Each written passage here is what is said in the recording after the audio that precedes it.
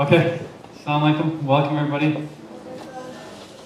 Don't worry, there's snow out there, bad traffic, so people are coming in. First of all, I'd like to welcome you to our event. Thank you for coming. As you know, we're Rochester Institute of Technology, Muslim Student Association. We try to outreach to the entire community, not only our Muslim community here on campus, but every other religious as well as non-religious community, in order to create this sense of interconnectedness, I guess, with everybody else. We don't want to be, I can't think of the word, I guess. We can't isolate ourselves. I mean, as Muslims here on this campus, as Muslims here in America, we really have to work to present ourselves, and by not presenting ourselves, we're not doing ourselves any good. So you really have to show who you are, and that's what we try to do here at RIT. I guess that's all from me.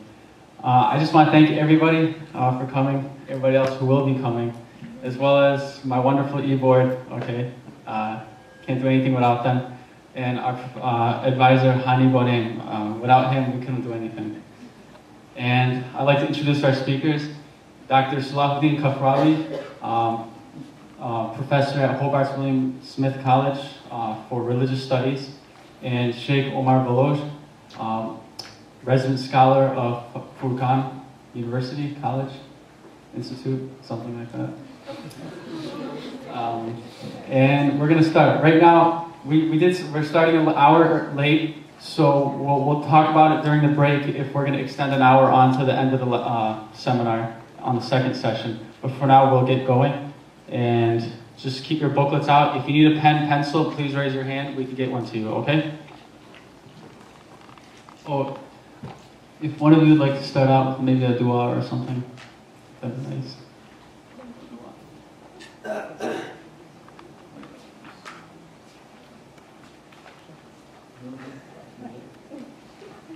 Bismillahirrahmanirrahim. Inshallah.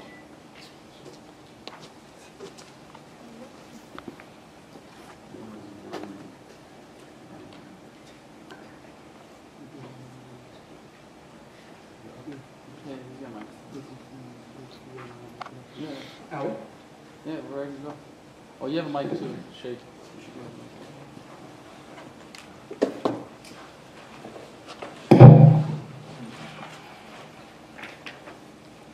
Assalamualaikum warahmatullahi wabarakatuh. Peace to you all.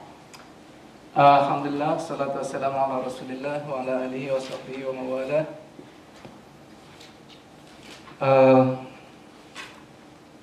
Thank you everyone for coming.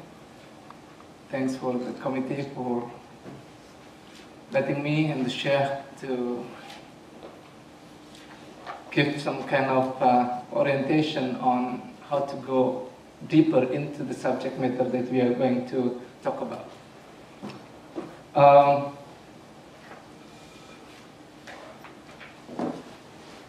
We agreed that I will go first in order that I can give some kind of foundation for further problem that the Sheikh is going to address and everyone is going to discuss further. As the context of our conversation within these 2 days, we would like to talk about Muslims and the sense of victimization, with the special context that we have experienced in our life. The first context that we have is the sense of ignorance out there about Islam and Muslim. There is wide perception, especially in the media, on Islam as a monolithic religion. When they hear the word Islam, then they have only one thing in mind. This one thing is what Islam is. And what is that one thing?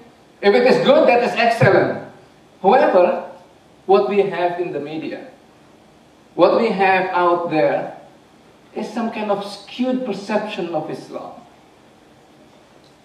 Islam as a religion that supports violence, Islam that is oppressive, Islam that is anti-democracy, that is Islam that is anti-women participation, etc., etc. Now, we'll talk about that. Is that the case, that Islam is a monolithic religion? Well, it is true to some degree that Islam is monolithic religion, and if we have one question, what is the one thing that we can talk about Islam that represent what it is? Then perhaps the answer would be Tawheed, the unity and oneness of the divine that is manifested in everyday activities of Muslims. However, the interpretation of this notion, the interpretation of Tawheed as Muslims experience it, as Muslims understand it, in their worldview, as Muslim practices in daily practices, is quite wide open. For example, in Islam we have what is called Sharia. Sharia in its totality is Sharia, includes everything. But Sharia can also be understood as some specific rules, some specific law that regulate Muslims' life. In Islam we also have theological discussion, kalam. In Islam we have a discipline that deals with something about the intimacy, about the relationship between oneself and the origin. We might call that discipline, irfan, tasawwuf, or whatever name we call it. But we have that discipline within Islam that represents that Islam is not monolithic religion. We have the Sharia, we have kalam or theology, we have the tasawwuf or the spiritual aspect of religion, and we have many others.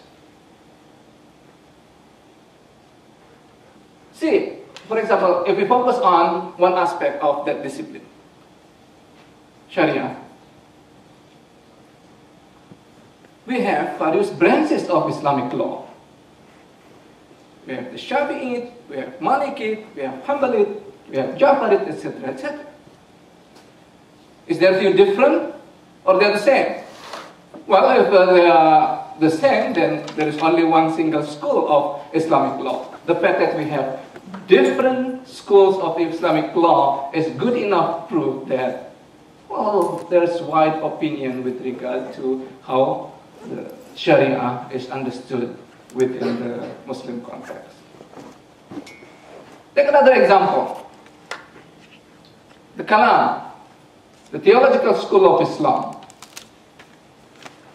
We have Shia, we have Sunnah, we have Al-Sunnah wal Jama'ah, we have Maturidiyah, we have Ash'ariyah, we have Mu'tazilah, etc., etc. They all are various schools of Islamic theology. And we can add into that various branches of Islamic theology, Islamic philosophy. We have the philosophy of Ibn Sina, we have the philosophy of Ibn Rushd, we have the philosophy of Ibn Arabi, etc., etc. And the same is true with another branch of Islamic mysticism. We have different schools of Islamic mysticism.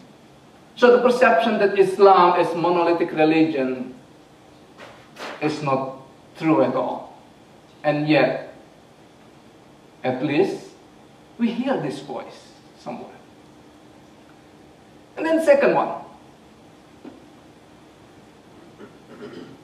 Islam is often to be portrayed as synonymous with Muslims. Islam is something ideal. Well, Muslims are the people who try to follow the teachings of Islam. Islam is believed by Muslims to be the ideal that every single Muslim needs to aspire to. However, not any single Muslim can follow that except the one who gave us the example, Prophet Muhammad sallallahu alaihi wasallam. And so, reducing Islam to Muslim is doing something that unjust to Islam, and for that matter, for Muslims as well. Now, this is especially true when Muslims, as another name for Islam, is reduced further into a group of, or even some individual who claim themselves to be Muslim. And so, that violent individual who happens to proclaim himself or themselves to be Muslims, they are Muslims, they represent Muslim community, and furthermore, that represents what Islam is. We hear this often. We read this often. The media portrays this. I'm not saying that all media are like that, but at least we have this. If we just turn on Fox News, for example, you'll find something like that. Okay, so is this something that is factual? Well, you can go to Pew Research Center. You can check in the Baloch worldwide polling on the perception of Islam by Muslims and non-Muslims alike. Is it true at all that there is a sense of ignorance of Islam and Muslims? The statistic would reveal that that is the case.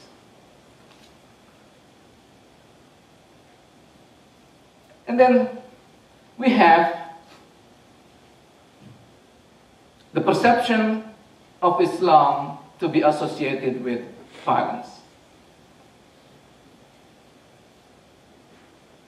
What is Islam? It's often synonymous with the word jihad out there, which is reduced into something that is physical in nature. That is only an aspect of jihad as Muslim history had it. That is the warfare against the oppression, etc., etc. And yet, there is a perception that Muslims would do jihad in the sense of perpetual, eternal, continuous physical warfare against the other. And so Islam is always at war with the West, for example. Islam and the West is put face to face. And we also have the perception that Sunnite and Shiite are always in conflict. And connected to this, we often hear, I can show you the movie, or you can watch the movie yourself. There are so many movies out there that portrays Islam and the Quran to be in support of violence. And in that portrayal, we might find the narration that says, based on the Quran, وَإِذَنْ صَلَحَ الْأَشْهُرُ الْحُرُمُ فَاقْتُلُوا الْمُشْرِكِينَ حَيْثُ وَجَدتُّمُوهُم. If you, when the sacred month has passed, then kill the mushrikeen, kill the polytheists, حَيْثُ وَجَدتُّمُوهُم, wherever you find them. Kill the non-believers wherever you find them. The next one is the negative portrayal of the Prophet Muhammad sallallahu alaihi wasallam. We have the Danish cartoons that portray the Prophet to be violent. The Prophet Muhammad himself was wearing something, a turban that is made out of wool, and some other things that are violent and that is disrespectful of the Prophet, that has no foundation whatsoever in the history of Islam. We have so many other portrayals of the Prophet that are negative.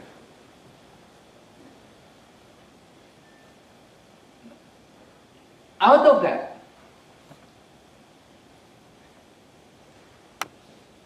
out of the perception that Islam supports violence, and they found the justification from the Quran. The Quran says this, the Quran says that are violent in nature. Then they argue that we need to do something about the Quran. We had an event at the Guantanamo Bay, as the media has it, that they flush out the Quran out of the toilet. We have just had the Quran burning by one of the churches in Florida. And we have many others that are similar to this.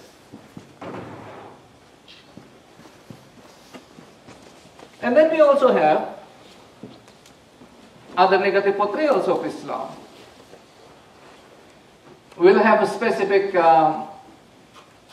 time dedicated to talk about gender issues, women in Islam and the Quran. And at this point, I just would like to pinpoint the perception of some among us here in the Western context and even beyond, that Islam is oppressive toward women. That Islam is anti-democratic. That Islam is oppressive toward the other, etc., etc. Now, of course, the perception that Islam is a violent religion, for us, that does not really make sense. Doesn't make sense at all. Why? Well, what is Islam? For those of us who studied Arabic, we'll find that the word Islam has the same root as the word salima yaslimu silman wa salamatan. Peace. To be healthy.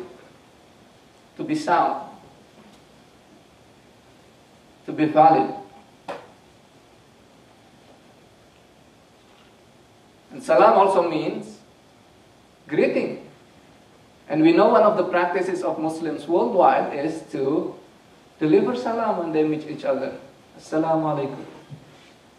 It's not just say word hi, whose meaning is just for the sake of saying hi, but instead we say hi with some content. Muslims say hi with some message that is very fundamental to the message of Islam. Assalamu alaikum, peace be upon you. And the person reply, wa alaikum assalam, and peace be upon you too. So Islam has the same root as the word salam. Now, from that word, the active intransitive word salima yaslimu silman wa salamatan, we have the active form of that word. What is that active form?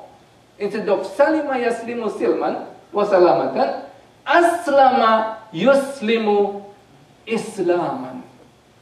Making it active. Bring that salam, bring peace into everyday activities. Bring peace into realization. Make peace as reality. That is the literal sense of the word Islam. Like the word hasuna yahsunu husna. Good. The active transitive of that word is ahsana yuhsinu ihsanan. To make good, to do good, to do what is beautiful. So the realization of Islam's message of husn, its support for husn, for beauty, for jamal, for the good. Islam makes it that ihsan is one aspect of the religion. Iman, Islam, Ihsan. To have a foundation, to have a worldview that is imprinted in the theology of Islam needs to get embodied in something that is practical, in ritual, in formalities, in other formal expressions of Islam. So we have Iman, that is here in our head, that is here in our heart, and we have Islam that is embodied in everyday practices, making it institution, making it our habit. And then we also have Ihsan, that is manifested in one's ethical behavior, in everyday life. So we have Islam, we have Ihsan. So, these two concepts, at least, are counter to the few out there that perceive Islam as a violent religion. From what sense Islam supports violence? Just go to the very basic foundation of the religion. What is the word Islam? What is the meaning of the word Islam? It's counter to that wide perception of Islam as a violent religion. But, you know, some of us are just too lazy intellectually to think about that. To think further that Islam is not violent. Okay, next. Said that we have the perception in the media. We have three examples of how Islam is perceived as supporting violence. We have Fitnah, the movie by, who is that? Is anyone aware of this?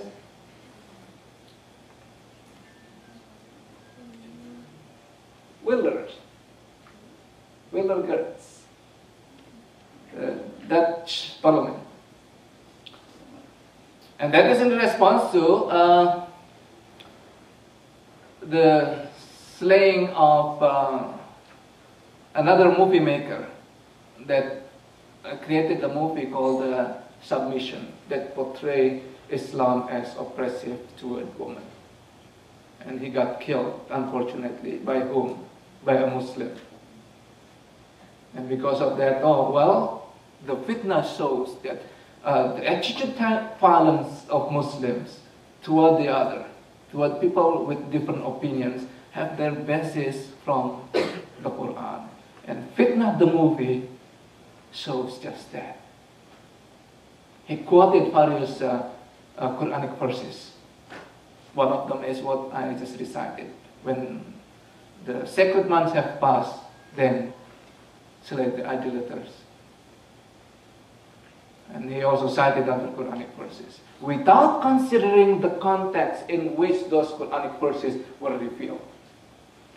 You know, in the hermeneutic of the Quran, which happened to be my discipline, or Quranic commentary, I did something on the commentary of Shalahudin al-Razi in his Mafatih al-Ghaib or Tafsir al-Kabir.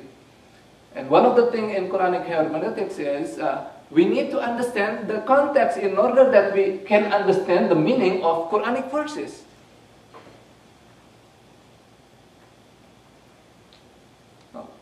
Fitnah, the movie, quoted Quranic verses without giving any sense of the context under which those Quranic verses were given to the Prophet Muhammad sallallahu alaihi wasallam.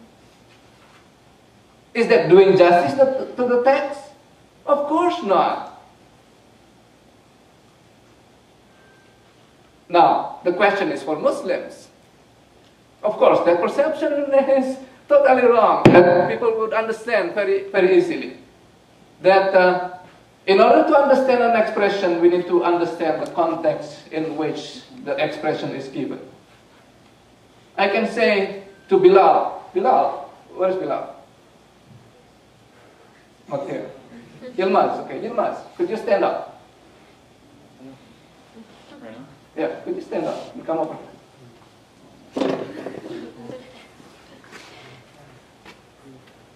Say hi to everyone. Thank you. Thank you, Yilmaz.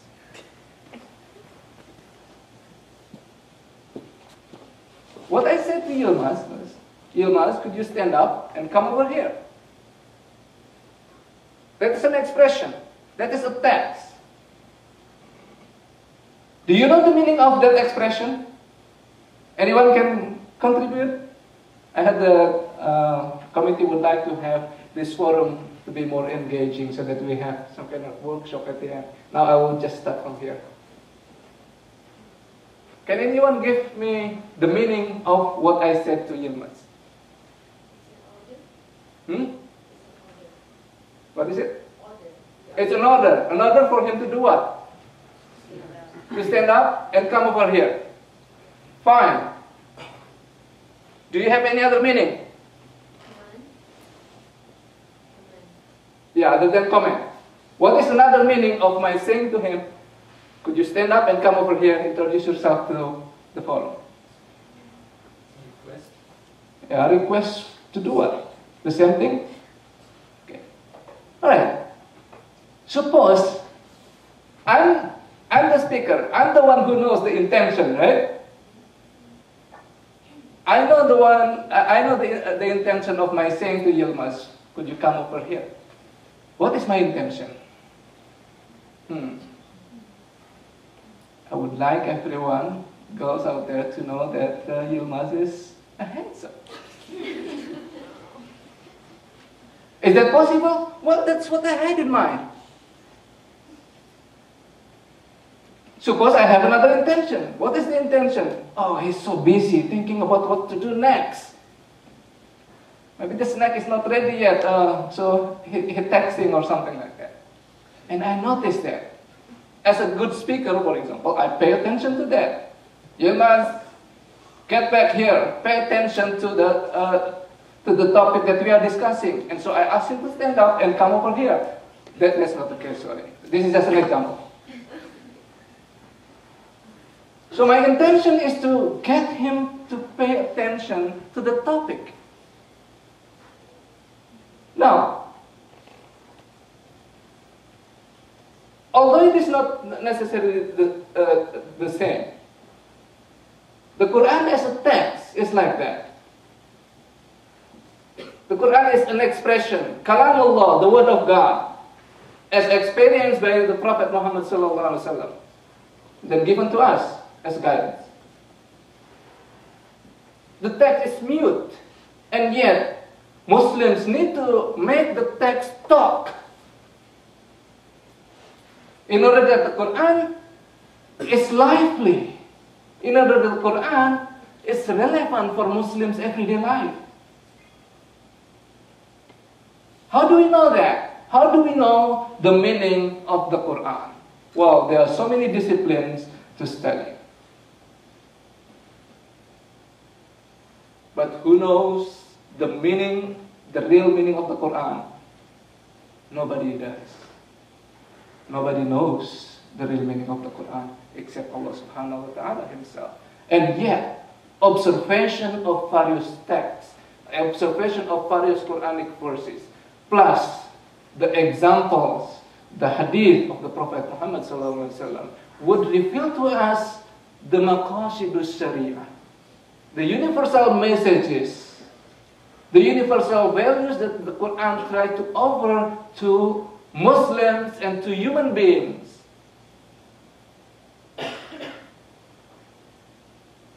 How do we know the meaning of one particular text? Unless we know the context.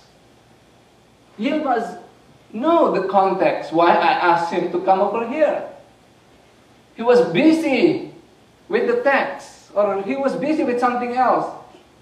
And so he knows the meaning of what I said to him is, okay, I need to go back to the forum. And the same is true when understanding Quranic verses. Without understanding the context, there is a good chance that we get lost, that we don't understand the meaning of the Quran. Okay, let's move on to the next one as our context. Because of the biased perception, because the ignorance about what Islam, Muslims, what Sharia means, we have a wide movement in the United States. The movement to ban the Sharia law. So Oklahoma is one good example. It passes the law, the anti-Sharia law, sometime early last year. But then weeks after that, CARE, the Council of American-Islam Relation, make the petition, and the lower court blocks the implementation of the law. And the federal courts affirm the decision of the lower court. And so, thank God that bias law against Muslims, the discrimination against Islam and Muslims cannot take place in our country. And the basis of that is the anti-establishment clause of the First Amendment. That Congress shall make no law respecting an establishment of religion. Now, similar to this, we also have other states. Noah Feldman make the inventory that there are more than 20 states that introduce similar bills. The bill that would bar U.S. courts to use or even consider the Sharia law. These include, among them, Alaska, Arizona, Georgia, Indiana, Louisiana, Mississippi, etc., etc.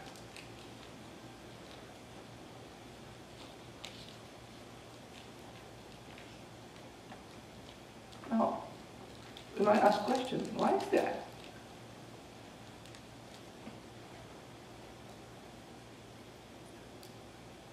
Why are they so adamant in introducing bills that would require them to pass anti-Sharia laws? Let's move on to the next one. Now, all of this, what I have been saying, the various negative portrayal of Islam and Muslims in our midst, give us some opportunities, give Muslims some opportunities. The opportunity to tell the truth about Islam and Muslims. What is Islam? What is Muslim? I'm very glad to know that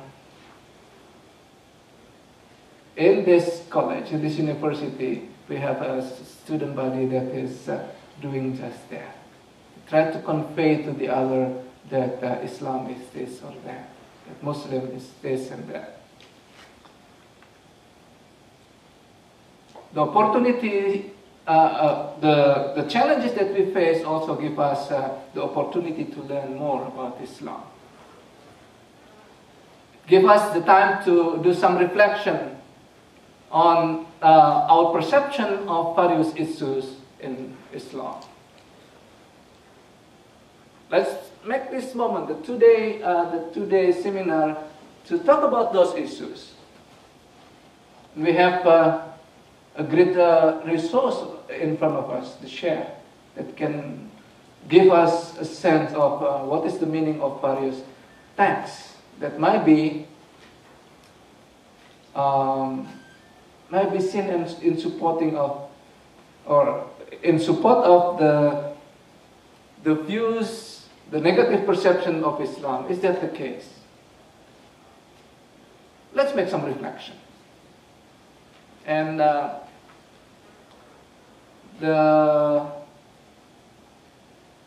we sometimes have the sense that we are the victims of American society and European community at large. The Muslim world is a victim. Do we really need to have that kind of mentality that we are the victim? I can assure you, yes, Islam and Muslims to some degree are victims of this unjust treatment, the bias against Islam that is manifested in discrimination, profiling, and other forms of discrimination against Islam and Muslims. I cannot negate that. But we really need to have that kind of mentality all the time. Is there anything that we can do to mitigate that negative perception of Islam and Muslims? And the committee would like us to do some activities in group, and so I would just stop the introduction at this point, and I have some questions that you may consider. And one of the questions that I have in mind is that the negative perceptions of Islam out there, which I mentioned, and many, many more that I didn't even cover. Is there a basis for that? Is there a basis for it? Let's talk about it. Another question would be, have you or people whom you know, the Muslims that you know, experienced the discrimination? What should Muslims and non-Muslims alike do in order to mitigate this ignorant attitude and discriminative behavior against Islam and Muslims?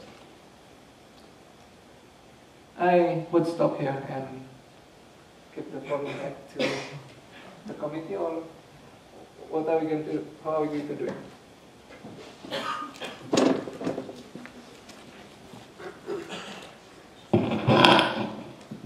Let's please take this time to discuss with the person next to you these questions. And if we have questions, we'll finish up with that for the topic. You got 5 minutes. Please repeat the questions.